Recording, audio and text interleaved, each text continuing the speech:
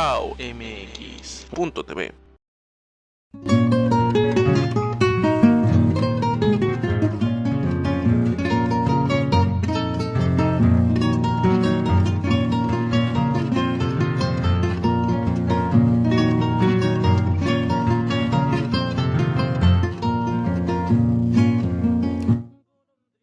Muy buenas tardes, querida audiencia de Hilando Contextos, un espacio en donde se tejen opiniones. Yo soy Carol Orozco y me da muchísimo gusto que nos estén sintonizando totalmente en vivo desde www.wowmx.tv, así como en todas nuestras redes. Estamos en Facebook, en Twitter, y de verdad muchas gracias en YouTube. ¿Por qué? Pues porque este es el primer programa del 2022. Por supuesto, querida audiencia, que desearles todas las bendiciones del mundo, puras cosas lindas para este 2022 y que logren muchos sueños, que todas esas metas, esos sueños que se han propuesto los cumplan. Desde Hilando Contextos y todo el equipo de producción, de verdad les deseamos lo mejor. Y bueno, por supuesto, Hilando Contextos viene con todo en este 2022. Tendremos grandes entrevistas a lo largo del año. Si bien es cierto, todavía pues seguimos con una pandemia y con varias variantes que hay que seguir cuidándonos. Por eso este primer programa hemos decidido no hacerlo desde el estudio, sino a través de estas plataformas, de estas vías que tenemos para no perder comunicación. Por favor, sigámonos cuidando. Es muy importante que todas y todos sigamos cuidándonos, sigamos ocupando el cubrebocas, sigamos teniendo esa sana distancia y tratar de tener el menor contacto posible, ¿no? De manera muy cercana con las personas. Recuerden que si todas y todos nos cuidamos, esto va a pasar cada vez más rápido.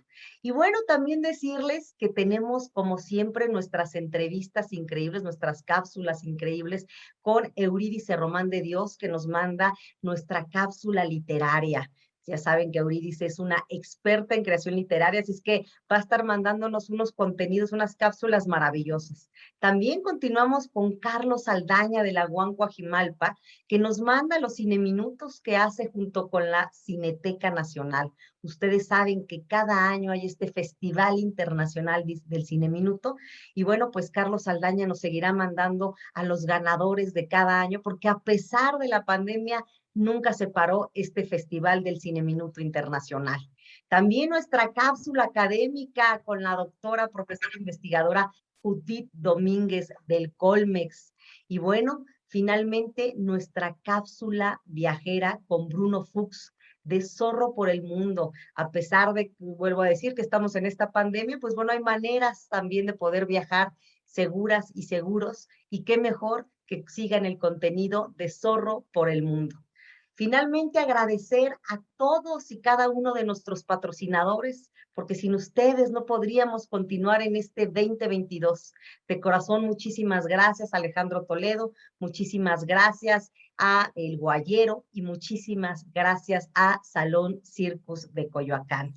Y bueno, querida audiencia, pues ahora sí ya vamos a empezar, y déjenme decirles que decidimos en este 2022 tener como primera invitada, ¿no? Vamos a empezar con el pie más que derecho, con una mujer que yo admiro porque es feminista, porque es una mujer congruente, defensora de los derechos humanos, una activista que se ha hecho de manera progresiva y además de una izquierda realmente congruente. Me refiero a la maestra Claudia Cruz, quien nos va a hablar acerca de los derechos humanos de las mujeres y cómo es importante que esto se aleje para que estén, pues, a final de cuentas, sin o libres de una violencia. ¿Por qué? Porque es importante que las mujeres vivamos libres de cualquier tipo de violencia. Así que, querida maestra Claudia Cruz, ¿cómo estás? Muy buenas tardes. Muy bien, Carol, muchísimas gracias por la invitación.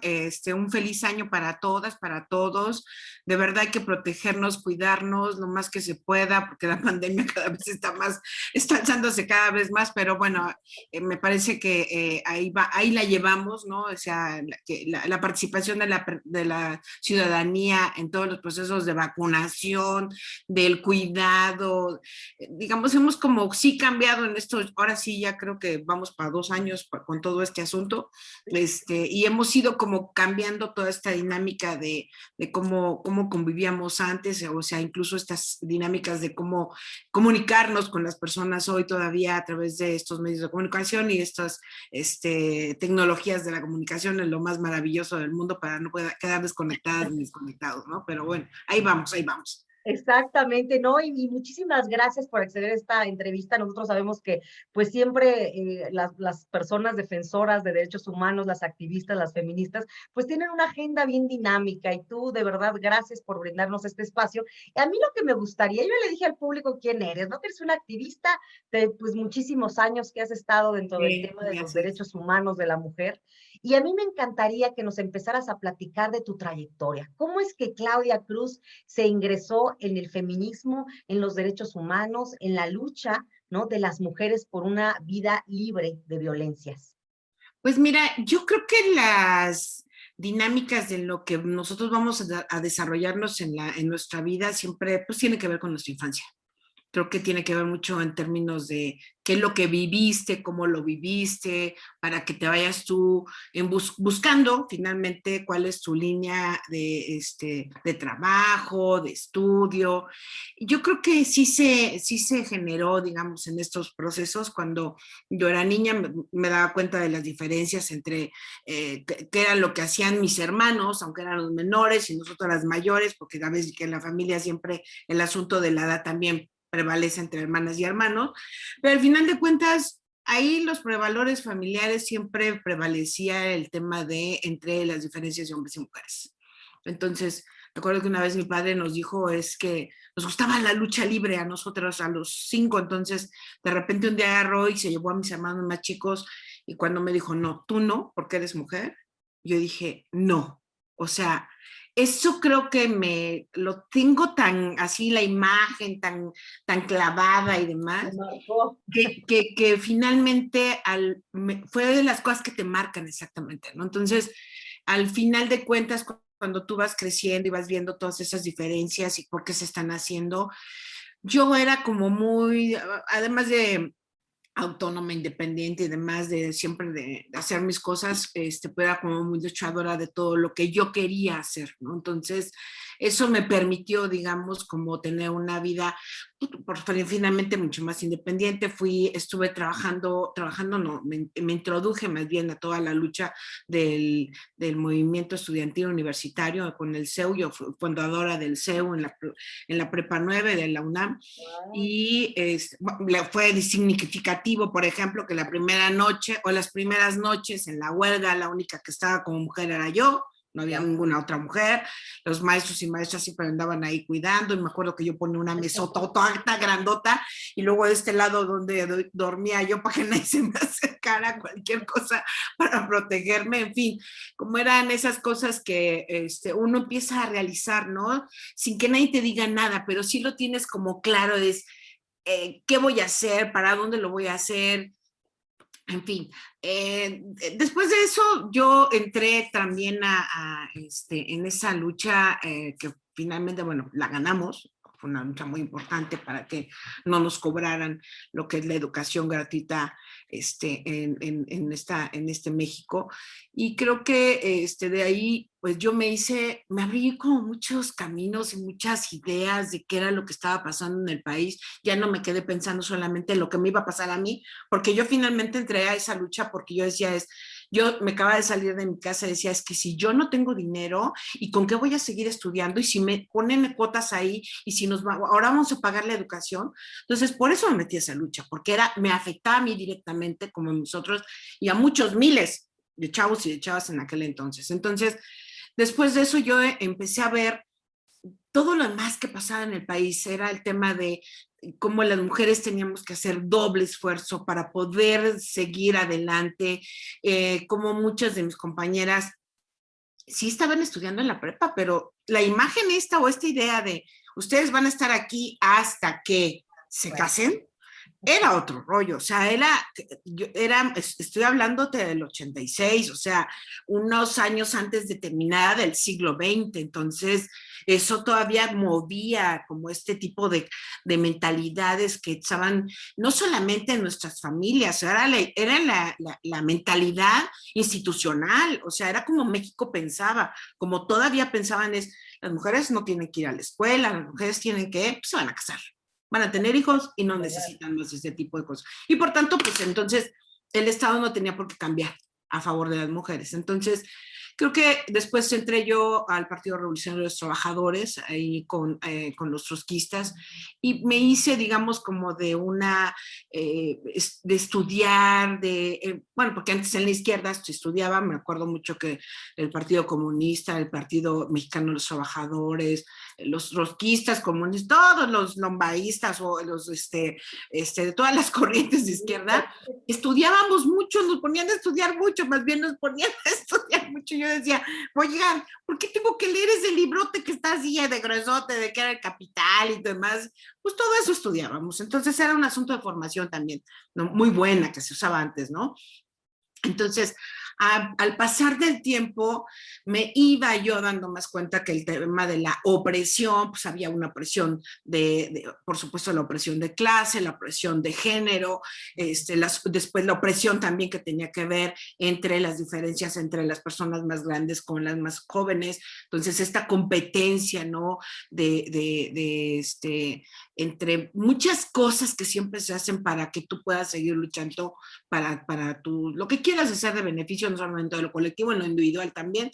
En fin, particularmente me parece que el generar, digamos, todos ese tipo de procesos dentro de nuestra trayectoria y el que los vayamos reconociendo son algo importante para no solamente nuestra vida particularmente personal, individual, sino para la construcción de la colectividad y de lo social, ¿no? De cómo construir siempre en esos procesos sociales. Creo que eso es muy importante. Entonces, esto me permitió, por supuesto, pues darme mucho más cuenta y adentrarme más a los derechos humanos de las mujeres, ¿no?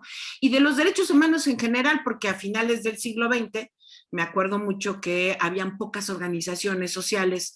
Primero habían pocas organizaciones sociales y civiles, sobre todo organizaciones no gubernamentales. Habían más movimientos, digamos, movimiento sindical, movimientos independientes, movimiento campesino, por supuesto, cuando existían muchos campesinos todavía en este país, ¿no? Y el movimiento feminista que era sí chiquito, pero muy contundente, siempre. Donde quiera que se parábamos, nos parábamos, que éramos las mismas de siempre, éramos un colectivo muy chiquito a nivel de la Ciudad de México. En los estados de la República, por supuesto, hay que reconocer que en todos los estados siempre hubo compañeras del movimiento que estuvieron y se esforzaron, hicieron una lucha, no solamente desde el asunto de las sufragistas y demás, que ya estoy hablando de mediados del siglo XX, sino lo que fue después, ¿no? En los 60, 70 y toda esta lucha de los movimientos estudiantiles, la juventud y demás, y todos los que tenían que ver, digamos, con el ámbito del trabajo, en el ámbito laboral, perdón, el ámbito de lo que implica que las mujeres entraran a el espacio público, ¿no? En el ámbito laboral. Entonces, creo que en ese entonces, pues sí, habían muy pocas reflexiones, habían muchísimas ganas de tener a muchas personas, mujeres sobre todo en nuestro propio movimiento, por supuesto, que ingresaran y que creciéramos. Y alucinábamos, ¿no? O sea, imagínense cuando seamos miles y millones y wow, esto va a ser lo máximo.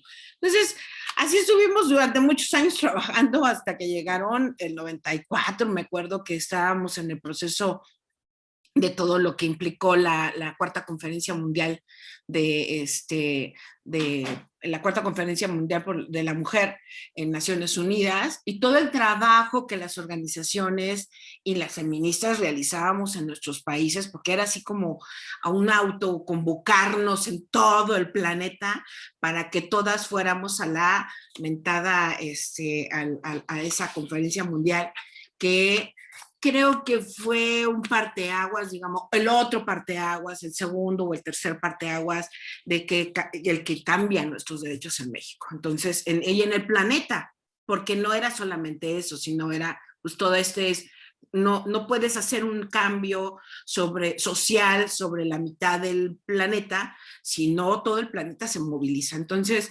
eso nos fue generando a todo el movimiento el que lucháramos para primero autoorganizarnos, seguir organizadas, y en ese proceso me acuerdo que nosotras aquí en México empezamos también como a realizar ese tipo de actividades. Bueno, se llena la conferencia mundial, se llega a todo lo que implicó, digamos, la conferencia de Beijing, para que pudiéramos Oye, armar. perdón que te interrumpa, pero además, qué experiencia tan hermosa el poder participar en un encuentro internacional, en donde, como dices tú, o sea, empezaron siendo poquitas y ahora con el paso de los años, pues tú puedes ver a miles de mujeres en todas partes del mundo, ¿no?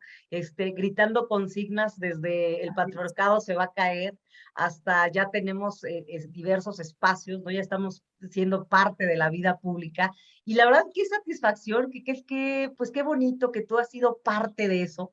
Se nos ha ido el tiempo rapidísimo, querida Claudia. Tenemos que ir a un corte comercial, pero Sí, regresando, claro que me sí. encantaría que nos explicaras de estas vivencias internacionales que tú tuviste, tanto de la primera que seguramente te marcó, ¿no? Porque fue algo, pues realmente un hecho histórico, hasta las últimas, y cómo has visto también los movimientos internacionales, cómo ves a las compañeras feministas Claro que sí. de Chile o a las compañeras feministas de Argentina y de otras partes del mundo. Pero si te parece, vamos a este corte comercial. Querida audiencia, no se vayan, estamos aquí en Hilando Contextos, un espacio en donde se tejen opiniones, hablando acerca del feminismo, hablando acerca de los derechos humanos, hablando acerca de la importancia de que las mujeres vivamos en un lugar libre de violencias, con la maestra Claudia Cruz. Después de este corte comercial, por supuesto, vamos a nuestra cápsula de creación literaria de Eurídice Román de Dios. No se vayan. Feliz año 2022 a todo el público de Hilando Contextos. Fernando Pessoa afirma que un texto literario es la proyección de una idea en palabras a través de una emoción. La emoción no es la base de la literatura, es tan solo el medio del que la idea se sirve para reducirse a palabras. Desde el momento en que se utiliza la palabra, se está usando un instrumento al mismo tiempo emotivo e intelectual. La palabra contiene una idea y una emoción. Todo texto, incluso el científico, resume un jugo emotivo. No hay exclamación, ni siquiera la más abstractamente emotiva, que no implique al menos el esbozo de una idea. Hoy les leeré fragmentos del poema La tabaquería de Fernando Pessoa. No soy nada, nunca seré nada. No puedo querer ser nada. Aparte de esto, tengo en mí todos los sueños del mundo. ¿Qué puedo saber de lo que seré yo que no sé lo que soy?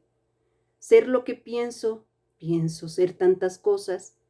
Y hay tantos que piensan ser esas mismas cosas que no podemos ser tantos. Genio, en este momento, 100.000 cerebros se creen en sueños, genios como yo.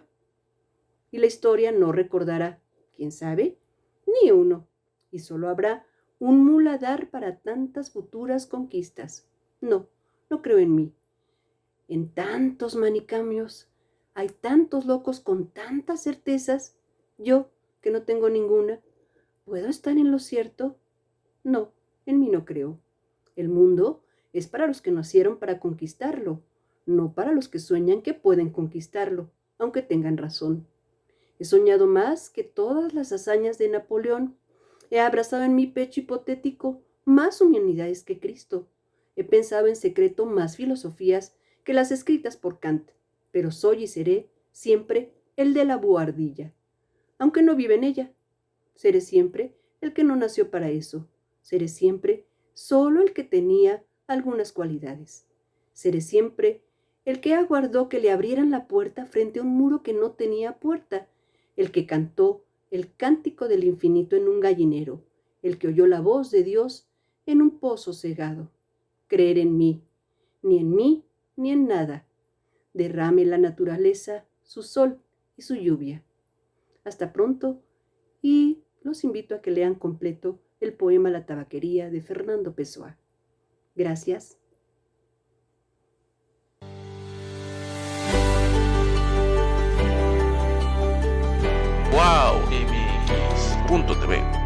Pues ya estamos de vuelta, querida audiencia, aquí en Hilando Contextos, un espacio en donde se tejen opiniones.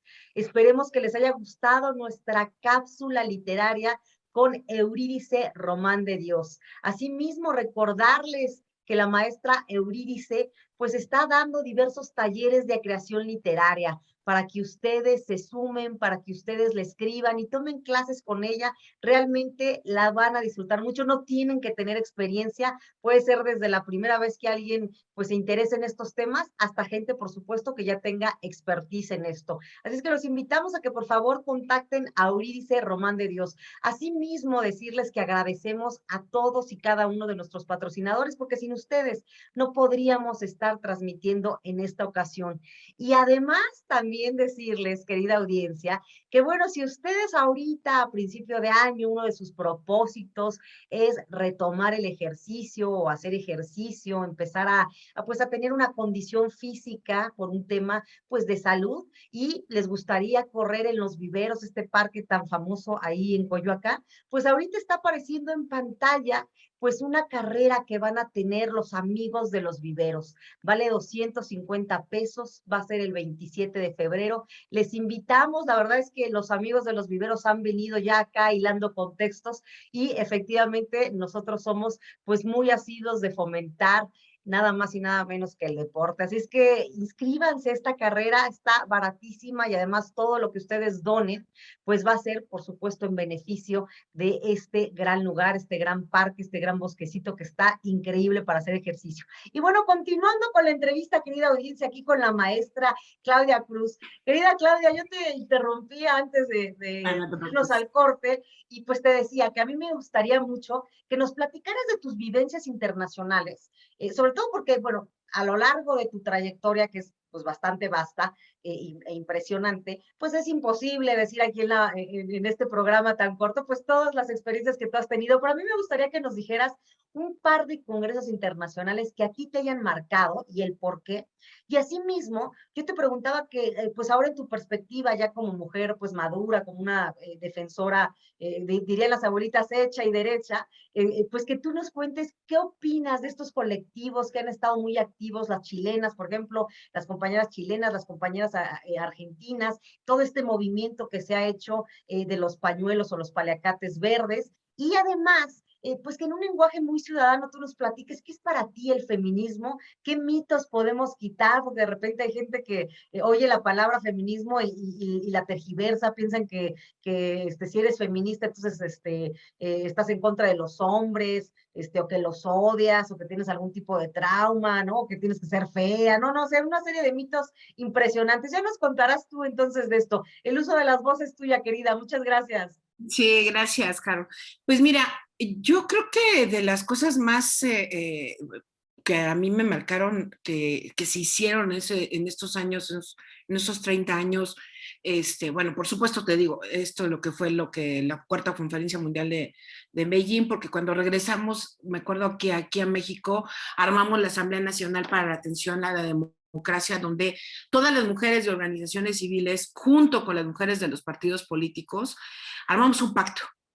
Yo creo que fue el primer pacto, digamos, entre, no importaba de dónde fuéramos, ni quiénes fuéramos, ni de qué partido, ni si éramos de abajo, de arriba, no importaba, era simplemente llegar a una agenda, acordar una agenda para poder luchar por esa agenda. Me acuerdo que eran como 30 puntos, algo así, donde fuimos estableciendo una serie de cosas, ¿no? O sea, primera es que existieran los mecanismos para el avance de las mujeres, que eran los institutos de la mujer, lo que eran las comisiones de equidad y género en los congresos estatales y en el Congreso de la Unión, el que hubiera políticas públicas para las mujeres, el que las mujeres obligatoriamente fueran a la escuela. O sea, ya no era pretexto, era un asunto de que las mujeres todas, no importaba en las condiciones que estuviéramos, sino todas tenían que ir a la escuela. Nada de que si te vas a casar o no te vas a, no nos importaba. Y todas tenían además el derecho y la obligación, las madres y padres o tutores, de que las mujeres y las niñas y las adolescentes y las jóvenes estuvieran también en la escuela. Entonces yo creo que eso también fue como fomentando, digamos, como toda esta gran lucha. lo que implicó también en algún momento, 2 años después, el tema de la financiación para el desarrollo, la participación de las mujeres también en esos espacios donde decías, no es solamente decir yo voy a luchar y que el gobierno haga, sino el conocimiento que todas las mujeres tenemos que tener, que así como lo hacemos en nuestra casa, es cuánto hay de recursos y qué hay para hacerlo, con qué se puede aprovechar, qué es lo que se puede desarrollar, no solamente para mi casa, sino para lo que son las políticas en nuestro país. Lo que implicaba también, por supuesto, en esta lucha porque los derechos humanos se reconocieran. El asunto de lo que nos pasó en el 2011, de que se reconocieran por primera vez los derechos humanos en la Constitución, es una lucha de muchos años atrás. Muchísimos años atrás. Por ahí se concreta en el 2011. Pero cuando nosotros participamos, recuerdo, en la OMS, la Organización Mundial de Comercio, donde se generaron muchas expectativas entre que si el comercio se podía tener una relación con los derechos humanos, nosotros dijimos sí, sí se puede, pero no es de explotación. O sea, no podemos seguir y no pueden seguir las empresas y los gobiernos con esta visión de que todo es dinero, todo es mercancía, donde las mujeres también son mercancía, donde los seres humanos son mercancía, por eso hoy se venden impresionantemente en todo el planeta, flujos de personas que van y vienen de un lado para otro y siempre hay alguien que anda correteando atrás de ellos para poderlos vender como si fueran mercancías, todavía. O sea, esa es la esclavitud del siglo XXI, ¿no? Que todavía la estamos aquí sopesando. Entonces, cosas como esas que sí te van marcando, que sí te van diciendo cuál es y por dónde está tu proceso de lucha, de fortalezas para la vida, de cambios y transformaciones en nuestro planeta, que sí nos puedan permitir, digamos, tener como este granito de arena todos los días, porque eso yo lo estoy hablando en lo macro, pero en realidad en lo cotidiano, pues uno tiene que ir haciendo cosas muy pequeñitas, pero que sí vayan impactando de manera más grande lo que hacemos. Yo creo que en esos procesos y por supuesto lo que implica el recobrar, sobre todo para las mujeres, nuestros derechos y la construcción de nosotras mismas como ciudadanas, de lo que siempre hemos dicho es el cuerpo, la ciudadanía de las mujeres se construye desde el cuerpo de las mujeres. Yo creo que esa es una parte más importante para mí de los aprendizajes del feminismo, es cómo nosotras nos vamos recobrando, por supuesto, en nuestra propia transformación, pero desde lo que implica el poder decidir sobre mi cuerpo, mi pensamiento, mi individualidad para conformar lo colectivo.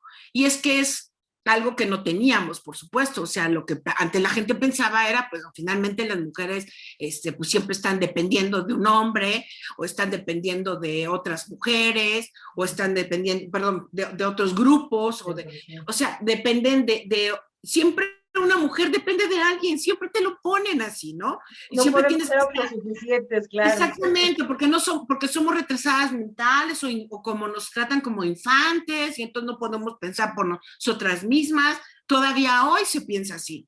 Entonces, bueno, cuando evidentemente se ganó el derecho a que las mujeres votáramos, pues siempre, los mismos hombres decían, ay, sí, ¿para qué quieren votar? ¿Para que el hombre les venga a decir cómo van a votar?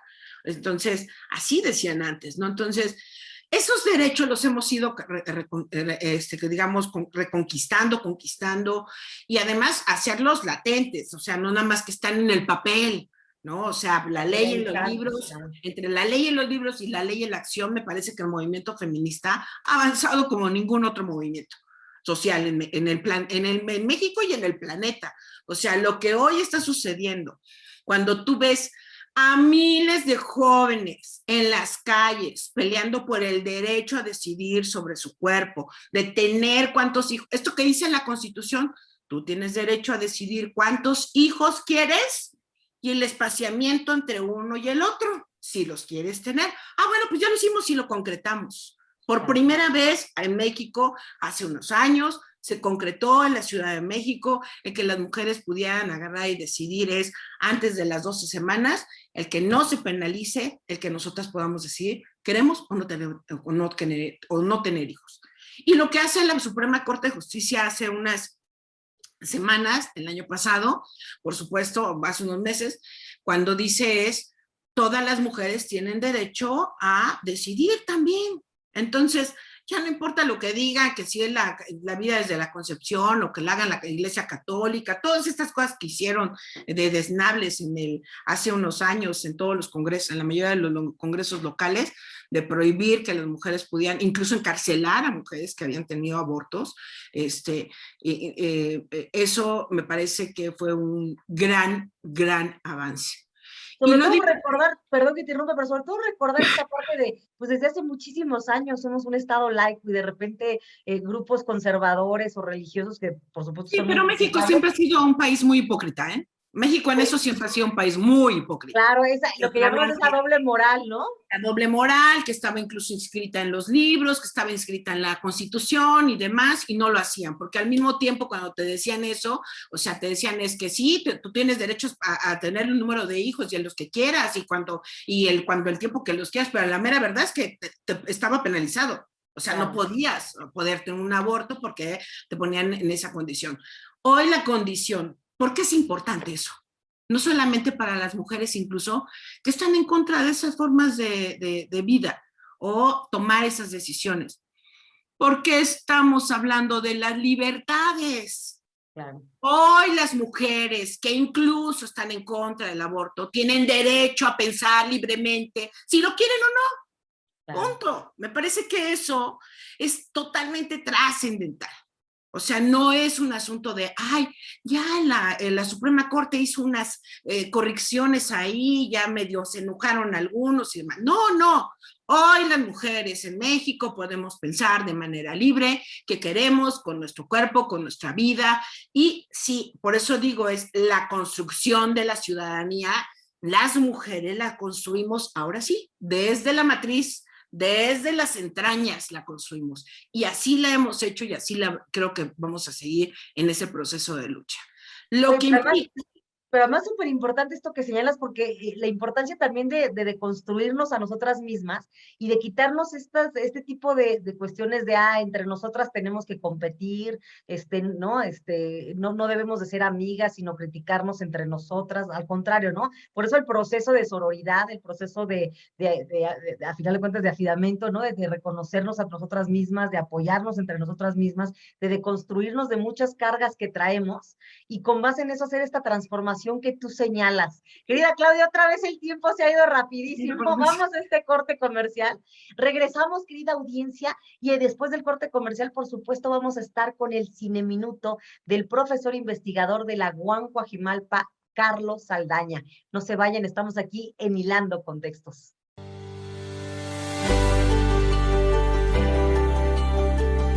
Wow, y mis .tv.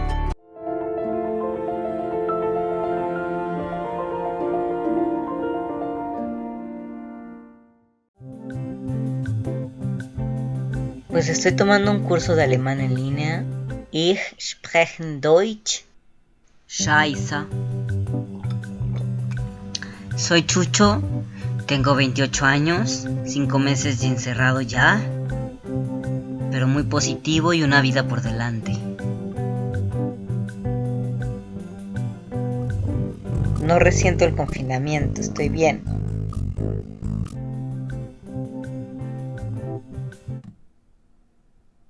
Croquete y yo la pasamos bien. ¡Sí!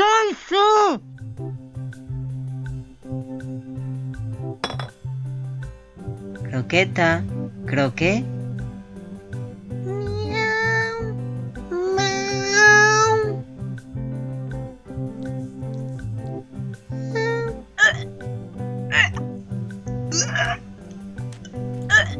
Bueno, sí duermo mucho. Pero igual está bien, ¿no? Porque el afuera está aquí adentro.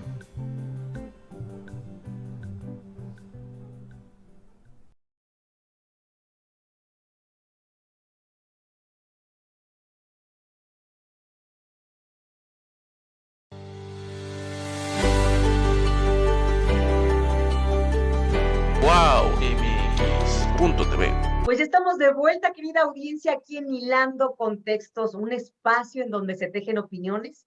Esperemos que les haya gustado nuestro Cine Minuto del profesor investigador Carlos Saldaña, y por supuesto métanse a la página de la UAM Coajimalpa, métanse a la página de la Cineteca Nacional, sigan todo el contenido y cursos y todas las actividades que tienen porque realmente son muy interesantes. Y bueno, aquí en esta entrevista con la maestra Claudia Cruz, hablando de toda su trayectoria, querida Claudia, antes de irnos al corte, pues ya no pudimos terminar, pero a mí me gustaría que cerraras ahorita con tu perspectiva respecto a estos colectivos tan activos, digo, en muchas partes, por supuesto, del mundo. En Latinoamérica, yo ponía el ejemplo de las chilenas, de las argentinas, que nos cuentes esa experiencia. Y además a mí me gustaría que nos platicaras de la práctica que tú has tenido del feminismo, ¿no? En un lenguaje muy ciudadano, algunas definiciones que nos puedas ir dando. Y sobre todo, pues yo, algo que tú no dijiste de tu trayectoria, querida, pero yo voy aquí a balconearte, es que tú ya has sido parlamentaria, tú ya has estado, pues, digamos que en ámbitos legislativos, y a mí me gustaría que tanto como activista, así como parlamentaria, nos platiques en qué incidiste de manera positiva para que la regulación en estos temas de derechos humanos, en estos temas de no a las violencias contra las mujeres, y en todos estos temas del feminismo, pues tú hayas podido participar. El uso de la voz es tuya. Sí, pues mira, con referente a los colectivos, yo creo que hace muchos años decíamos, el día que tengamos una marcha de miles y miles y miles de mujeres va a ser un milagro, porque decíamos, éramos muy poquitas. Pero yo creo que por eso cuando plantea el tema de que las mujeres estuviéramos en la escuela era muy importante, porque la mayoría de los colectivos y de la construcción social y de esos cambios en esta construcción social que tenemos las mujeres, pues se han hecho de las mujeres que hoy están en las universidades. Discúlpenme, pero de verdad la escuela te da otra cosa, te da otra dimensión, otra dinámica, te fortalece con muchas de las acciones, no solamente del conocimiento, ¿no?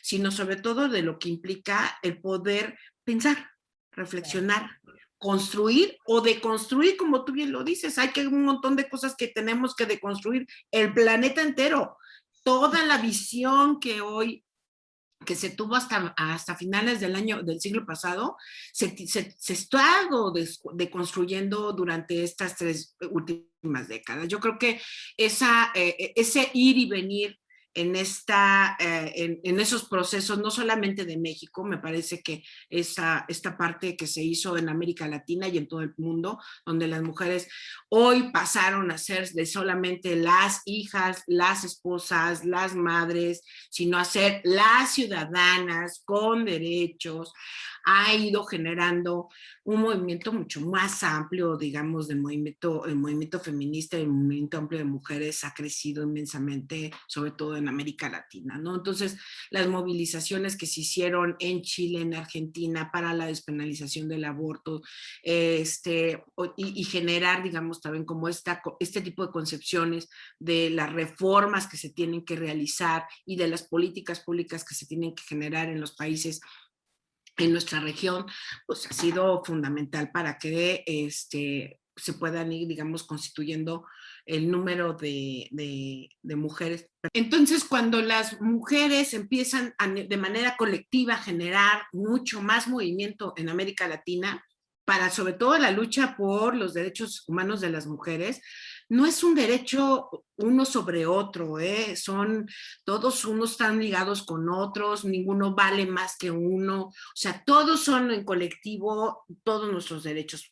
Así como nuestro cuerpo se conforma de cabello, ojo, nariz, células, plaquetas, de todo lo que órganos, pies, manos, uñas, todo, así son los derechos humanos. No puedes quitar uno y poner al otro. A veces funciona uno más que el otro porque requiere que así funcionen, pero así somos. Entonces, estas luchas que hoy se generan en nuestra región son, digamos, todo ese avance de todos esos años de trabajo que el movimiento feminista hemos realizado, no solamente en México, sino en América Latina, de manera colectiva, porque sí lo hemos hecho de manera colectiva durante muchos años.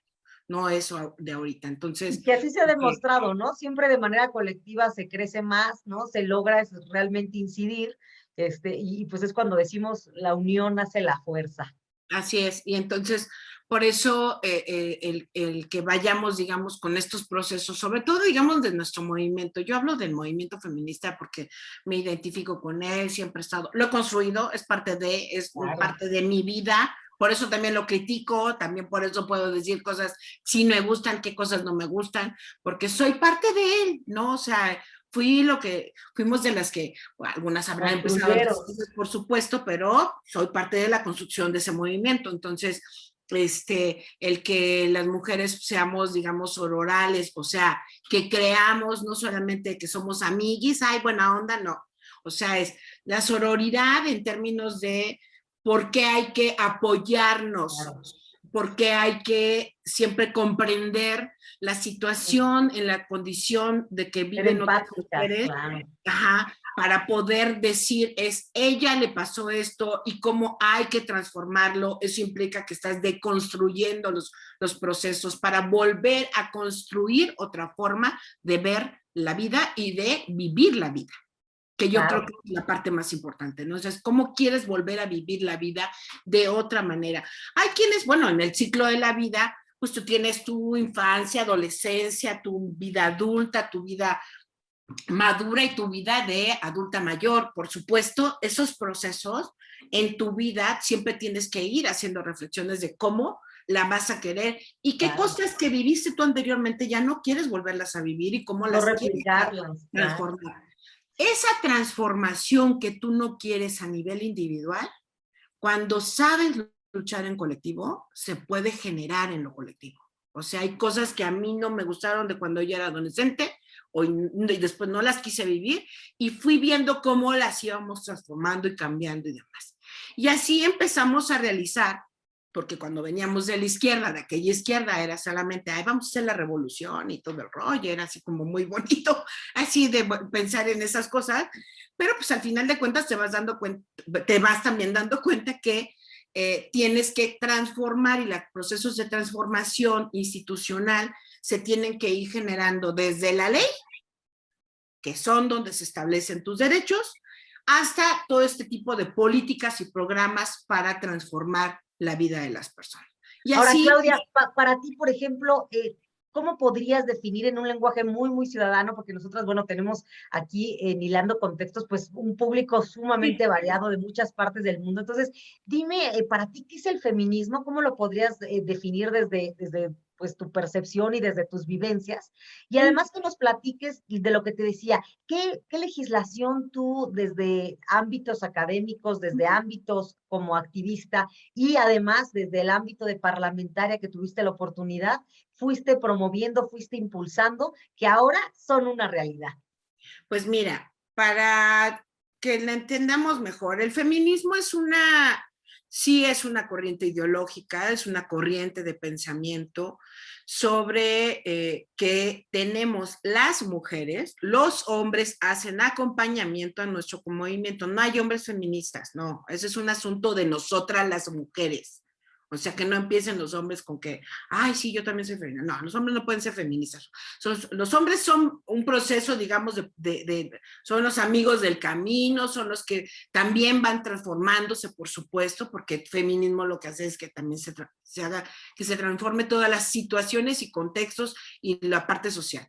Pero el feminismo es una corriente ideológica que piensa en que las mujeres son sujetas de derechos. Y porque son sujetas de derechos, tienen los derechos a realizar una vida diferente a la que han tenido. O sea, de entrada es que somos eso, que no somos objetos, que no son, por eso toda esta parte de la sexualidad, esta que se vende, que se malvibra hacia de esta todo este rollo de la forma de cómo generan la prostitución como un asunto de trabajo y de un asunto también de denigrar a las mujeres, de poner los cuerpos de las mujeres como si fueran La objetos cosificación de las y no mujeres, ¿no? De sujetas. nosotras. Ajá, exacto. Entonces, eso es lo que va cambiando, porque nos parece, y bueno, por supuesto, pues tampoco somos las señoras que estamos solamente dentro de la casa, tampoco somos las personas o las señoras o las mujeres que estamos solamente sujetas a que alguien nos dice qué es lo que tenemos que hacer, ¿no? Entonces, cuando somos seres humanos, no objetos, no objetos, o sea, sí pensamos, sí, sí reflexionamos, trabajamos, pagamos impuestos, tenemos todos nuestros derechos. Entonces, el feminismo es eso, es todo lo que implica que las mujeres tengan todo eso, incluido el que puedan pensar que no quieren abortar. Está muy bien. Qué bueno que piensen que no quieran abortar, ¿no? Porque su religión se los prohíbe o lo que quieran, está muy bueno. Pero también hasta eso es lo que nosotras estamos impulsando, que tengamos derecho a pensar también de esa manera, a que alguien me diga, como me dijo una vez una amiga, que ella sí decía, yo no creo, está bien, o sea, yo sí creo que yo quiero estar en mi casa, qué bueno. Digo, pero si tú hubieras estado, digamos, eso, en esa forma, en el siglo, hace 2 siglos, o todavía en el siglo XIX, esa era la forma de pensar, digo, de toda la sociedad, no tuya. Hoy en este siglo, tú puedes pensar así, y me da mucho gusto que tengas la libertad de decidir quedarte en tu casa, tener hijos y tener más hijos, no importa, y que tu marido te mantenga, está muy bien, pero tú lo estás pensando, qué bueno. Entonces, eso, hasta esa forma, es lo que nosotras hemos luchado para que las personas, mujeres sobre todo, pensemos así. Entonces, claro, con libertad. Que además esa es la clave, ¿no? Que a final de cuentas nosotros tengamos la posibilidad de decidir cualquier cosa que nosotros queramos. Se llama libertad. Esa libertad. A final de cuentas, la libertad de decidir, la libertad de expresarnos, la libertad de pensar lo que queramos pensar. Eso te permite construir una democracia. Claro, eso es lo que da la democracia. Libertad se llama democracia. Si no tienes eso y alguien te está todos los días dictando qué es lo que tienes que pensar, qué es lo que tienes que decir, cómo tienes que hacerlo, qué es lo que no tienes que hacer, eso no es libertad. Claro. Discúlpeme, eso no es democracia, es autoritarismo, y entonces implica que otra vez te vuelven a condicionar a que no eres sujeta de derechos, que no eres un ser humano, sino que eres un objeto. Y así te consideran, y por tanto, pues no hay políticas públicas ni legislación para los que son objetos, ¿eh? No, claro. Hay políticas públicas para ello. Entonces, cuando empezamos nosotras, me acuerdo mucho que en el 2001 se hizo una reforma, hicimos las organizaciones, una reforma del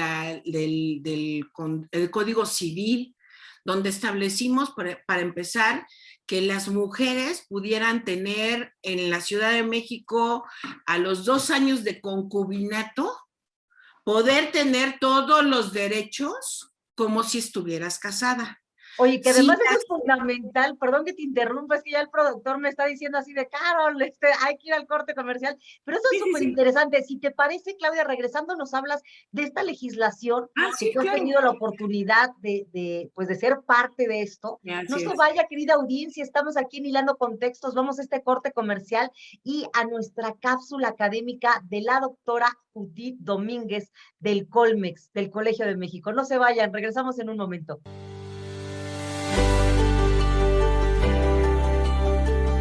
Wow, y mis .tv. Hola amigos de Hilando Contextos. Soy Judith Domínguez, profesora investigadora del Colegio de México, y en esta cápsula académica quiero contarte sobre el Sistema Interamericano de Derechos Humanos. Recientemente salió una noticia en los periódicos. El pueblo yaqui, que es un pueblo indígena en el estado de Sonora, administrará su agua.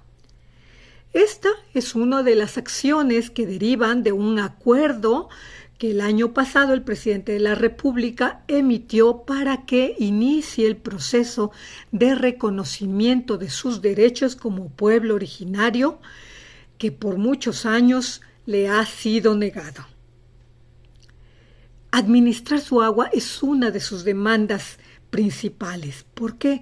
Porque consideran que han sido despojados de este y otros recursos naturales por el Estado o por acciones del Estado en cualquier orden de gobierno, sea el gobierno federal, el gobierno estatal o inclusive pudiera ser el orden municipal. Este es un hecho recurrente en muchos pueblos indígenas.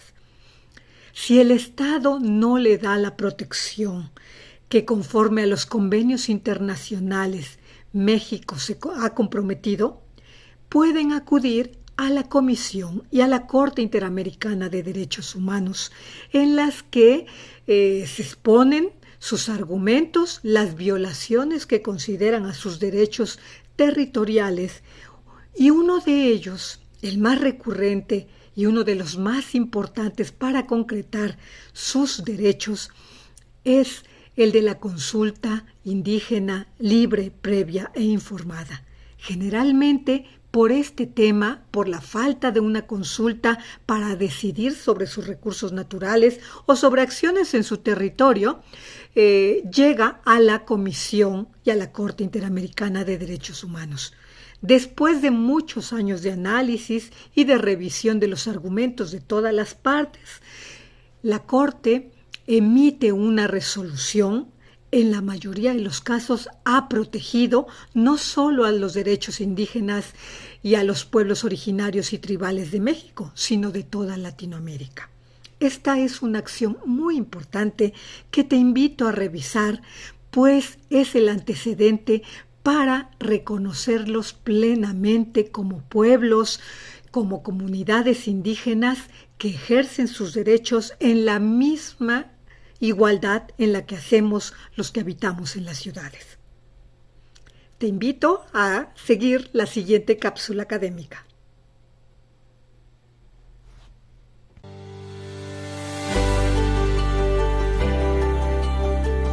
Wow, TV. Pues ya estamos en el último corte, querida audiencia, aquí de Hilando Contextos, un espacio en donde se tejen opiniones. Estamos hablando acerca del feminismo, acerca de los derechos humanos de la mujer, de la importancia de estar libres de violencias todas las mujeres. Y bueno, qué mejor que en esta charla padrísima con la maestra Claudia Cruz, que es activista, que es feminista, que es defensora de derechos humanos. Y bueno, esperemos también que les haya gustado nuestra cápsula académica de la doctora, profesora investigadora Judith Domínguez del Colmex, del Colegio de México. Por supuesto, métanse a ver todo el contenido que tiene la doctora Judith y además todo el contenido del Colmex, que está bastante interesante. Y bueno, en este último corte, mi querida Claudia, a mí me gustaría que antes de que nos fuéramos al corte, pues yo te tuve que interrumpir, pero tú nos estabas diciendo de pues legislación en la que tú has participado y te ha tocado vivir. Una de ellas nos decías algo importante que fue en favor de las mujeres concubinas. Entonces, pues el uso de la voz es tuya, por favor. Sí, muchas gracias. Pues bueno, eso implica un asunto muy importante, creo, para mí, para muchas mujeres.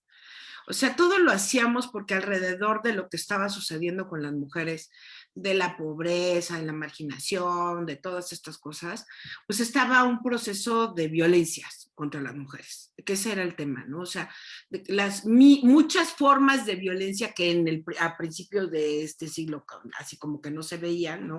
Los fuimos retomando nosotras, incluso como movimiento feminista en México, lo fuimos retomando a partir de lo que ya estaba firmado y de lo que ya estaba, digamos, aceptado como Estado mexicano, que era la Convención de Belén do Pará contra la violencia hacia las mujeres, la Convención de la CEDAW, que también contra la discriminación contra las mujeres, en fin, nos fuimos yendo como a la legislación internacional, para empezar, y fuimos aprendiendo de que la legislación internacional era los compromisos que México tenía con la comunidad internacional. Entonces, que no vivimos solas en el planeta, que no somos el ombligo del mundo, que México es otro país más con todo lo que implica el contexto nacional, internacional.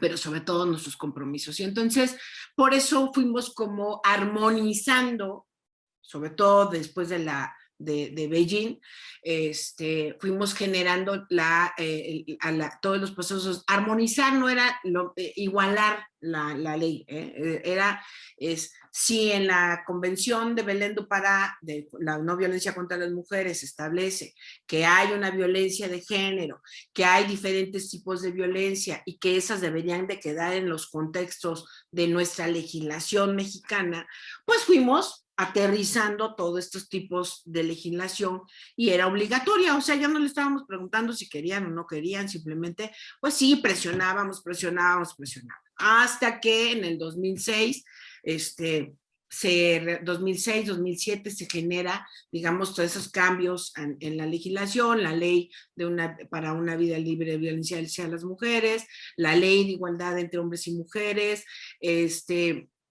creo que fueron como las leyes más soportes en términos de lo que hace a la protección de nuestra vida y nuestra integridad física y psicológica, la nuestra y la de nuestras familias, porque también genera, digamos, todos esos procesos de no solamente proteger a la mujer por ser la esposa, la hija, sino es, por lo tanto, cuando tú proteges a la mitad de la población, proteges y te metes a las casas de todo el planeta. Así es, entonces generas un proceso de protección, de respeto a sus derechos humanos de las mujeres, y creo que eso ha sido, digamos, como sí, una de las grandes preocupaciones para todas las mujeres feministas desde hace décadas, que ha sido la violencia contra las mujeres. Pero al mismo tiempo es, ¿qué más hay, digamos, que nos pueda no solamente ir haciendo ese proceso de protección, sino también los cambios más significativos que hemos tenido en esos contextos que hemos vivido de violencias? Cada vez son más fuertes, cada vez el Estado se mete más a que haya un control, una protección hacia las mujeres, o por lo menos lo establece la legislación, ¿no? Pero pues hemos venido, o sea, yo hoy estaba revisando para el programa, pues ver cuántas mujeres han tenido en las estadísticas que se tienen, pero hemos tenido, por ejemplo, del 2016 al 2021, en violencia familiar, denuncias en México de 1.300.000 denuncias. Wow. Lo que implica que si tú la multiplicas por 4 integrantes de la familia, ¿no? Dos adultos y 2 menores, por lo menos, tú tienes que son, ¿qué? 4 millones de personas. O sea, el impacto que tiene que 4 millones de personas vivan violencia. El asunto de los feminicidios, que supuestamente ahí está establecido, dice que hubieron denunciados ahí, y catalogados como de feminicidios del 2015 al 2021, 5.440 feminicidios. Así lo establecen en este tipo de estadísticas. Y eso que dices que son denuncias, muchas veces hay todavía mujeres que no denuncian, entonces quiere decir que seguramente podría ser hasta lo doble o lo triple, ¿no? Exacto, ¿no? O por ejemplo, las llamadas del 911 entre el 2016 y el 2021, 1 millón de llamadas por violencia contra las mujeres. En el 2000... igual del 2016 al 2021, por violencia sexual, 30,000 llamadas, por acoso, hostigamiento, casi 30,000 llamadas también. En fin, o sea, creo que los números, bueno, y además los números en creciendo, ¿no? No están bajando, ¿no? O sea, en algunos bajan poquitos, entre unas centenas nada más, ¿no? O sea, no más, porque no son miles tampoco ahí en ese sentido, pero sí me parece que a pesar de que hemos hecho muchas cosas a favor de los derechos humanos de las mujeres, todavía existe esta competencia que los hombres creen que estamos con ellos, o sea, no sé, o sea, como ellos siempre viven en competencia, porque el asunto del poder, ojo, el asunto del poder en el mundo genera guerras, y las ha generado durante siglos. Esos espacios siempre han sido de los hombres. Entonces hay una lucha entre esos espacios de poder, ¿no? Que cuando, como el espacio solamente era para los hombres, el espacio público, y hoy lo tienen, no es que lo quieran, lo tienen que compartir con las mujeres, el tema de la exacerbación de la violencia y de las formas de violentas que están agarrando para lastimar a las mujeres, cada día es más. Entonces, creo que afortunadamente, digamos, sí hemos avanzado en positivo con el tema de hacer este tipo de generación de violencias, de la generación de legislación contra la violencia hacia las mujeres, de proteger los derechos humanos de nosotras, de generar incluso políticas públicas. Por eso es importante que todos los gobiernos tengan siempre muy en cuenta que proteger la vida y la integridad de cualquier ser humano, en particular el de las mujeres, porque tienen todavía lechos de vulnerabilidad en los contextos en cómo se desarrollan y cómo viven, es prioritario. Entonces, yo creo que no nos vayamos, digamos, con un asunto de, es que las mujeres hacen esto. No. Cualquier cosa que cualquier ser humano pueda hacer en México y en el planeta, siempre tiene que tener la protección y la garantía de que su estado o nación les dé esa protección y ese amparo, digamos, como seres humanos, como sujetas de derecho. Claro, la importancia de que se regulen estos temas para que pues vivamos todas definitivamente libres de cualquier tipo de violencias. Oye, queridísima Claudia, el tiempo se nos ha ido voladísimo. Sí, se fue muy rápido. Nos quedan 30 segundos, pero en estos 30 segundos, a mí me encantaría que, pues que evidentemente nos faltaron muchas cosas que preguntarte, estoy segura que toda la audiencia tiene muchas cosas que pues tú les puedes enseñar y que quisieran estar en contacto contigo. Por favor, ¿podrías dar los datos de contacto en donde pueden escribirte o pueden acercarse a ti? Sí, con todo gusto. Claro que sí. Que nos quisieras decir ya para cerrar, porque bueno, esto ha sido todo, querida. Sí, bueno, yo doy asesoría muchas veces a personas que son víctimas de violencias, hombres, mujeres, niñas, niños, el tema de pederastia, que es otro tema que hay que hablar en algún otro momento, que también, esa sí yo hice cuando fui diputada, hice digamos, el término ahí en el código, metimos el asunto en el Código Penal, pero bueno, estoy en contacto en @ClaudiaCruz 2001 en Twitter, en Facebook Claudia Cruz, y mi número telefónico es 55 54 07 53 22. Ahí estamos a sus órdenes. Bueno, desearles como siempre un feliz año.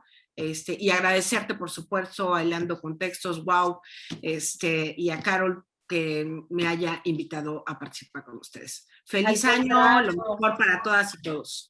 Al contrario, muchísimas gracias, querida Claudia. Por supuesto, esperemos que esta no sea la primera vez ni la última. Yes. Vamos a estar invitándote cotidianamente, si tú nos lo permites. Y bueno, querida audiencia, esto ha sido todo. Esperemos que les haya gustado el primer programa del 2022. Vamos a finalizar con esta cápsula viajera de Bruno Fuchs. Métanse a todo el contenido que tiene la página Zorro por el Mundo para que puedan viajar de la mejor manera, y nos vemos el próximo lunes aquí en Hilando Contextos, un espacio en donde se tejen opiniones. Yo soy Carol Orozco, que tengan muy buena tarde. Hasta luego. Hola amigas y amigos de Hilando Contextos, me da mucho gusto traer la cápsula viajera nuevamente para este increíble programa. Soy Bruno Fuchs de Zorro por el Mundo y les vengo a platicar sobre la estrategia de Aeroméxico que no han comunicado. Aeroméxico, como sabemos, es la única aerolínea no low cost mexicana. Las demás manejan un modelo de bajo costo, incluyendo Volaris, Viva Aerobús, TAR e incluso Magni Charters, que es un híbrido. Y Aeroméxico se caracteriza por ser una compañía aérea tradicional. El problema es que en México nos quedamos sin aerolíneas de ese tipo. Solamente Aeroméxico permanece. Su competencia más cercana era Mexicana, que desde el 2010 ya no está operando, e Interjet dejó de operar el año pasado. Por mala administración se declaró en quiebra y no ha podido regresar a los vuelos. Sumado a que no hay competencia y que además que hubo una pandemia que afectó fuertemente a los viajes, Aeroméxico se declaró en quiebra el año pasado en Estados Unidos. ¿Qué quiere decir? Es una quiebra ficticia donde se declara que no puede pagar sus compromisos y un juez interviene para negociar con sus acreedores. En este sentido, estamos viendo que sin anunciarlo, Aeroméxico está eliminando en sus vuelos nacionales la clase Premier. Esta clase Premier o clase ejecutiva solía ser a grandes rasgos asientos más anchos y con más espacio al frente de la aerolínea.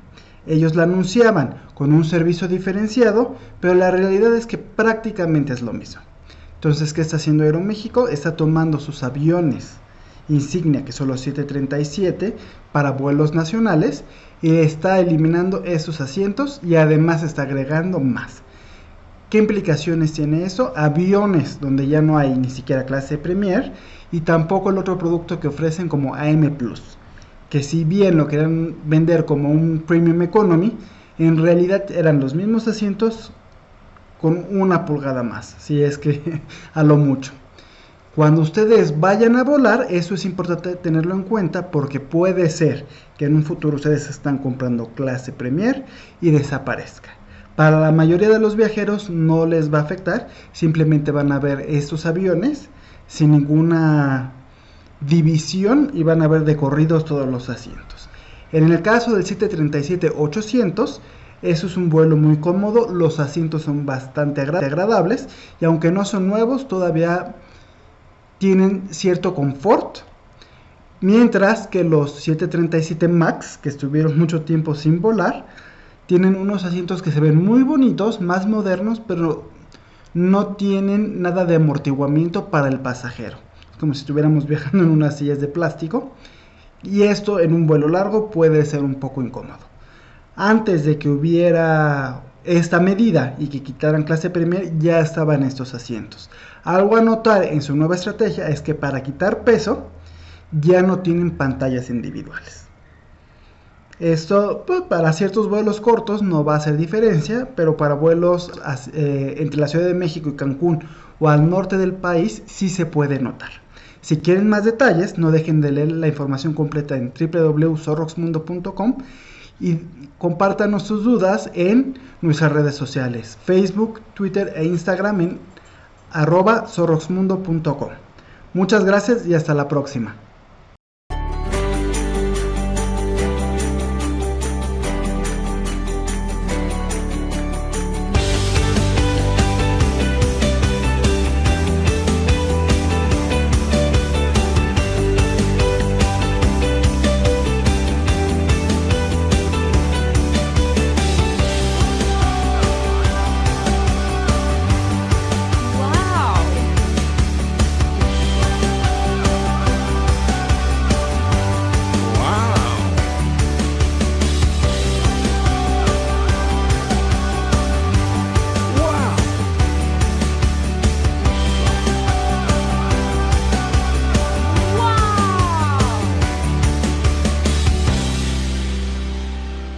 Wow. MX.tv